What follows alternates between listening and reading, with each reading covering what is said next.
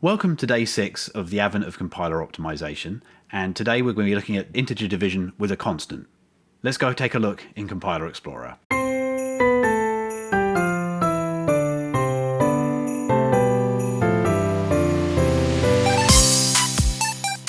So we're back on x86, and I'm going to write a function to divide by 512. So we're going to take x, and I'm going to return x over 512. Now, before I hit the semicolon and let it do its compile here, make a guess as to what you think the code is going to look like. Some of you may know that division by a power of 2 is special, so you might expect the compiler to generate a particular instruction. So let's see what it does. Wow, that's a lot of work. If, like me, you were expecting just to see a shift, then you might be a little surprised here. What I was expecting it to do was to shift the value x down by 9, which would divide it by 512. And we can see that something is going on there. But what is going on? There's a lot of extra work over here. So let's work through it one at a time. So this first instruction is a test. It says it ANDs EDI with itself, which seems somewhat pointless, but actually sets the flags to say whether or not it's negative or not, or even equal to 0. X and x is the same as x, so it's just setting the flags for x. Then we're going to add 511 using our friendly LEA instruction and put the result in EAX. So we have EDI has the source value, the x value that we passed in. EAX is x plus 511. Now we're going to do a CMOV. A CMOV is a conditional move. It moves the source into the destination if a particular flag is set in a particular way. So in this instance, NS says if the not sign bit, so the sign bit is set to mean it's a negative number, and so not sign means it must be a positive or 0 number. So what we're saying here is that EAX will be replaced with the X value that came in EDI if it was positive. So we tested it on line 2, we computed some other value on line 3, and then we said, a sort of ternary operator style, EAX is either x or it's x plus 511 if the x value was negative.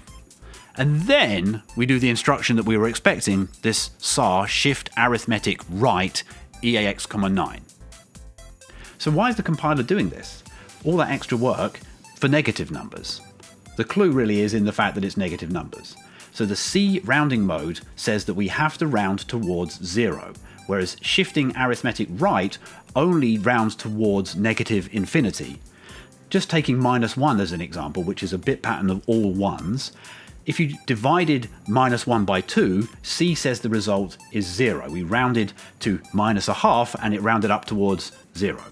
If you just shift right, then all of the ones move down by 1 slot, and the top bit will be set because it was negative still, and so we just end up with -1 again. So in that instance, the -1/2 that we were expecting rounded to -1. How does the compiler handle this? Well, it has to deal with it by adding a bias of the value you're dividing by -1. So in this instance, it's adding 511 to bias negative numbers up before it then shifts them down to get the right answer. If you were surprised by that, then you just have to understand that that's what the rules are for C. And perhaps if you're an old school hacker like me, you were just expecting a shift right.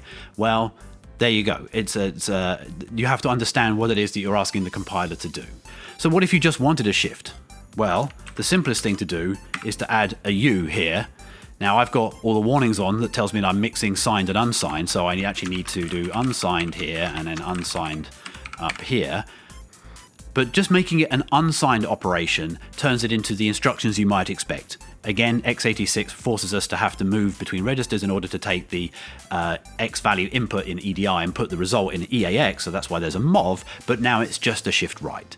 And that's perhaps what you're expecting. So if you tell the compiler that a value is unsigned, then it can do a better job of generating code if that is genuinely the case. You have to be really careful though, because if you're just passing signed values in as unsigned, then potentially things will go wrong. So if you need it to be performant and you're dividing by a power of 2, then consider using an unsigned value where it makes sense, but profile and check before you change your code base across the board. And always put W conversion on if you can afford it. It'll catch a load of issues in your code. Tomorrow we'll continue looking at division, but this time by non-powers of 2. I hope to see you then.